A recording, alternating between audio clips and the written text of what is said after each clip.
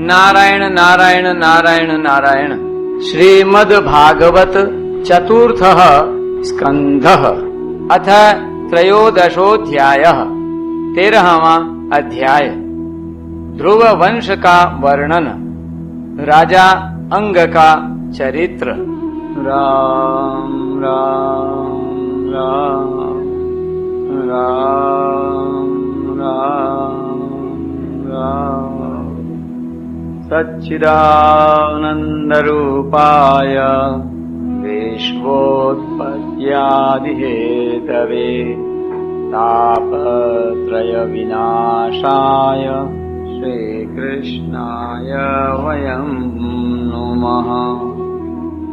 नारायणं नमस्कृत्य नरं चैव नरोत्तमं देवीं सरस्वतीं व्यासं ततो जयमुदीरये।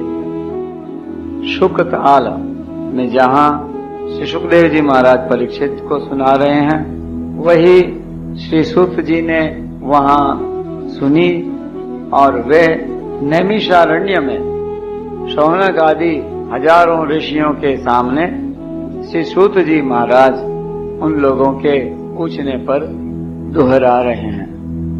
श्री सूत जी कहते हैं, शौनक जी श्री मैत्रेय मुनि के मुख से ध्रुव जी के विष्णु पद पर आरूढ़ होने का वृत्तांत सुनकर विदुर जी के हृदय में भगवान विष्णु की भक्ति का उद्रेक हो आया और उन्होंने फिर मैत्रेय जी से प्रश्न करना आरंभ किया।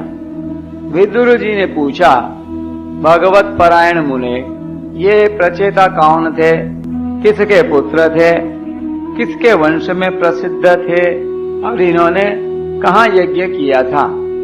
भगवान के दर्शन से कृतार्थ नारद जी परम भागवत हैं, ऐसा मैं मानता हूँ। उन्होंने 5 रात्र का निर्माण करके श्री हरि की पूजा पद्धति रूप क्रिया योग का उपदेश किया है। जिस समय प्रचेतागण स्वधर्म का आचरण करते हुए भगवान यज्ञेश्वर की आराधना कर रहे थे, उसी समय भक्त प्रवर नारद जी ने ध्रुव का गुणगान किया था। ब्रह्मन उस स्थान पर उन्होंने भगवान की जिन जिन लीला कथाओं का वर्णन किया था, वे सब पूर्ण रूप से मुझे सुनाइए। मुझे उनके सुनने की बड़ी इच्छा है। श्री मैत्रेय जी ने कहा, विदुर जी, महाराज ध्रुव के वन चले जाने पर उनके पुत्र उत्कल ने अपने पिता के सार्वभौम वैभव और राज्य सिंहासन को अस्वीकार कर दिया। वह जन्म से ही शांत चित्त, आसक्ति शून्य और समदर्शी था तथा संपूर्ण लोकों को अपनी आत्मा में और अपनी आत्मा को संपूर्ण लोकों में स्थित देखता था। उसके अंतःकरण का वासना रूप मल अखंड योगाग्नि से भस्म हो गया था। इसलिए वह अपनी आत्मा को विशुद्ध बोध रस के साथ अभिन्न आनंदमय और सर्वत्र व्याप्त देखता था। सब प्रकार के भेद से रहित प्रशांत ब्रह्म को ही वह अपना स्वरूप समझता था तथा अपनी आत्मा से भिन्न कुछ भी नहीं देखता था।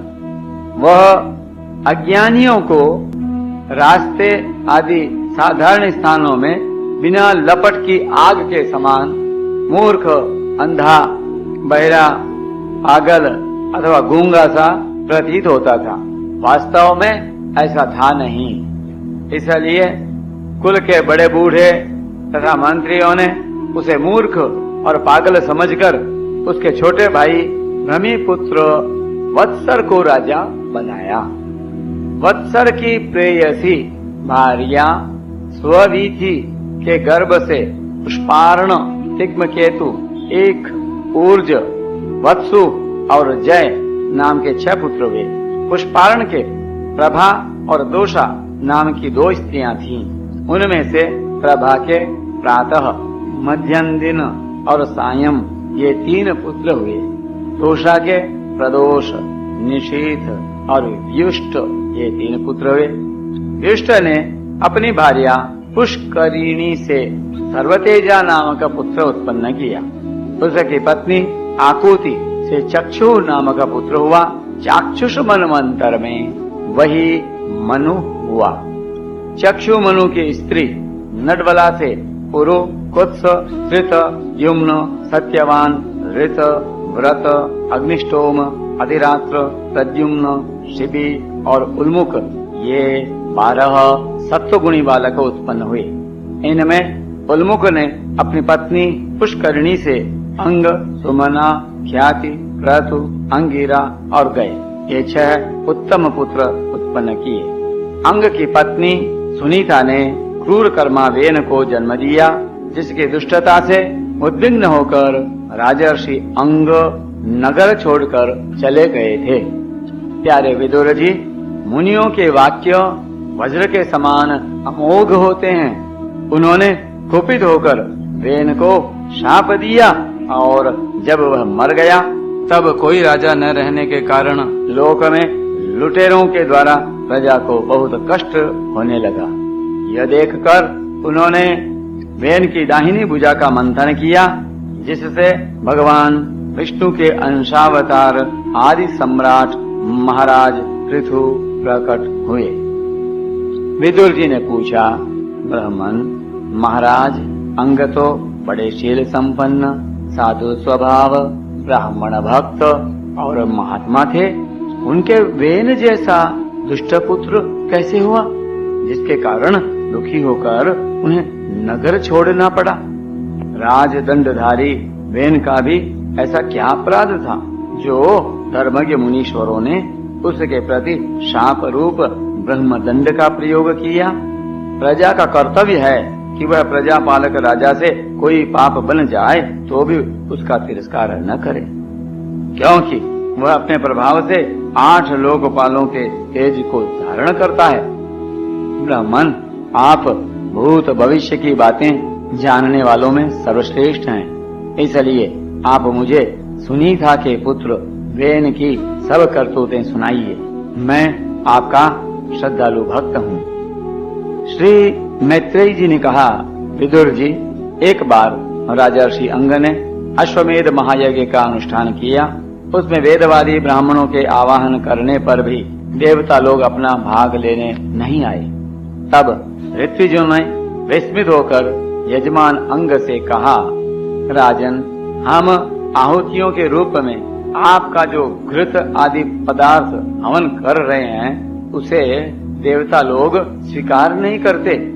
हम जानते हैं कि आपकी होम सामग्री दूषित नहीं है, आपने उसे बड़ी श्रद्धा से जुटाया है तथा वेद मंत्र भी किसी प्रकार बलहीन नहीं है, क्योंकि उनका प्रयोग करने वाले ऋत्विजगण याजक उचित सभी नियमों का पूर्णतया पालन करते हैं। हमें ऐसी कोई बात नहीं देखती कि इस यज्ञ में देवताओं का किंचित भी तिरस्कार हुआ है। फिर भी कर्माध्यक्ष देवता लोग क्यों अपना भाग नहीं ले रहे हैं?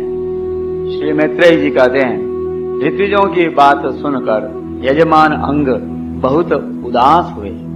तब उन्होंने याजकों की अनुमति से मौन तोड़कर सदस्यों से पूछा, सदस्यों, देवता लोग आवाहन करने पर भी यज्ञ में नहीं आ रहे हैं और न सोम पात्र ही ग्रहण करते हैं। आप बतलाइए, मुझसे ऐसा क्या अपराध हुआ है? सदस्य ने कहा, राजन, इस जन्म में तो आपसे तनिक भी अपराध नहीं हुआ। हाँ, पूर्व जन्म का एक अपराध अवश्य है, जिसके कारण आप ऐसे सर्व गुण संपन्न होने पर भी पुत्रहीन हैं। आपका कल्याण हो, इसलिए पहले आप सुपुत्र प्राप्त करने का कोई उपाय कीजिए। यदि आप पुत्र की कामना से यज्ञ करेंगे तो भगवान यज्ञेश्वर आपको अवश्य पुत्र प्रदान करेंगे। जब संतान के लिए साक्षात यज्ञ पुरुष श्री हरि का आवाहन किया जाएगा, तब देवता लोग स्वयं ही अपना अपना यज्ञ भाग ग्रहण करेंगे। भक्त जिस जिस वस्तु की इच्छा करता है श्री हरि उसे वही वही पदार्थ देते हैं। उनकी जिस प्रकार आराधना की जाती है उसी प्रकार उपासक को फल भी मिलता है। इस प्रकार राजा अंग को पुत्र प्राप्ति कराने का निश्चय कर ऋत्विजों ने पशु में यज्ञ रूप से रहने वाले श्री विष्णु भगवान के पूजन के लिए पुरोडाश नामक चरु समर्पण किया। अग्नि में आहुति डालते ही अग्नि कुंड से सोने के हार और शुभ्र वस्त्रों से विभूषित एक पुरुष प्रकट हुए। वे एक स्वर्ण पात्र में सिद्ध खीर लिए हुए थे। उदार बुद्धि राजा अंग ने याजकों की अनुमति से अपनी अंजलि में वह खीर ले ली और उसे स्वयं सूंघ कर प्रसन्नता पूर्वक अपनी पत्नी को दे दिया। पुत्रहीना रानी ने वह पुत्र प्रदायिनी खीर खाकर अपने पति के सहवास से गर्भ धारण किया। उससे यथा समय उसके एक पुत्र हुआ। वह बालक बाल्यावस्था से ही अधर्म के वंश में उत्पन्न हुए अपने नाना मृत्यु का अनुगामी था। सुनी था मृत्यु की ही पुत्री थी, इसलिए वह भी अधार्मिक ही हुआ। वह दुष्ट बालक धनुष बाण चढ़ाकर वन में जाता और व्याध के समान बेचारे भोले भाले हरिणों की हत्या करता। उसे देखते ही पूर्ववासी लोग भेन आया कहकर पुकार उठते। वह ऐसा क्रूर और निर्दयी था कि मैदान में खेलते हुए अपनी बराबरी के बालकों को पशुओं की भांति बलात् मार डालता। वेन की ऐसी दुष्ट प्रकृति देखकर महाराज अंग ने उसे तरह तरह से सुधारने की चेष्टा की, परंतु वे उसे सुमार्ग पर लाने में समर्थ न हुए। इससे उन्हें बड़ा ही दुख हुआ। वे मन ही मन कहने लगे, जिन गृहस्थों के पुत्र नहीं है उन्होंने अवश्य ही पूर्व जन्म में श्री हरि की आराधना की होगी। इसी से उन्हें कुपूत की करतूतों से होने वाले असह्य क्लेश नहीं सहने पड़ते। जिसकी करनी से माता पिता का सारा सुयश मिट्टी में मिल जाए, उन्हें अधर्म का भागी होना पड़े, सबसे विरोध हो जाए, कभी न छूटने वाली चिंता मोल लेनी पड़े और घर भी दुखदायी हो जाए, ऐसी नाम मात्र की संतान के लिए कौन समझदार पुरुष ललचावेगा। वह तो आत्मा के लिए एक प्रकार का मोहमय बंधन ही है। मैं तो सपूत की अपेक्षा कुपूत को ही अच्छा समझता हूँ, क्योंकि सपूत को छोड़ने में बड़ा क्लेश होता है।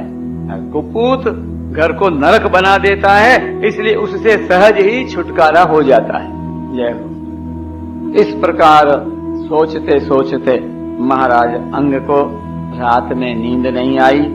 उनका चित्त गृहस्थी से विरक्त हो गया। वे आधी रात के समय बिछौने से उठे। इस समय वेद की माता नींद में बेसुध पड़ी थी। राजा ने सबका मुंह छोड़ दिया और उसी समय किसी को भी मालूम न हो, इस प्रकार चुपचाप उस महान ऐश्वर्य से भरे राजमहल से निकलकर वन को चल दिए। महाराज विरक्त होकर घर से निकल गए हैं, यह जानकर सभी प्रजाजन, पुरोहित, मंत्री और सुहृद गण आदि अत्यंत शोकाकुल होकर पृथ्वी पर उनकी खोज करने लगे। ठीक वैसे ही जैसे योग का यथार्थ रहस्य न जानने वाले पुरुष अपने हृदय में ही छिपे हुए भगवान को बाहर खोजते हैं। जब उन्हें अपने स्वामी का कहीं पता न लगा, तब वे निराश होकर नगर में लौट आए और वहाँ जो मुनिजन एकत्रित हुए थे, उन्हें यथावत प्रणाम करके उन्होंने आंखों में आंसू भरकर महाराज के न मिलने का वृतांत सुनाया। नारायण नारायण नारायण नारायण।